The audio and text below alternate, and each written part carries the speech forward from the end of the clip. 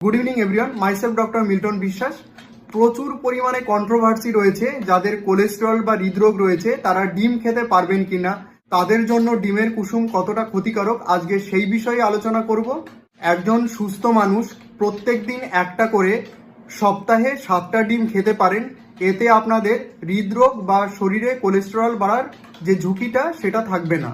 একটি বড় সাইজের মুরগির ডিমে 186 মিলিগ্রাম কোলেস্টেরল থাকে এবং এটি মূলত ডিমের কুসুমেই পাওয়া যায়। তাই কেউ যদি আপনারা দিনে একটার বেশি ডিম খেতে চান, সেক্ষেত্রে আপনারা ডিমের কুসুমটা বাদ দিয়ে সাদা অংশটা খেতে পারেন।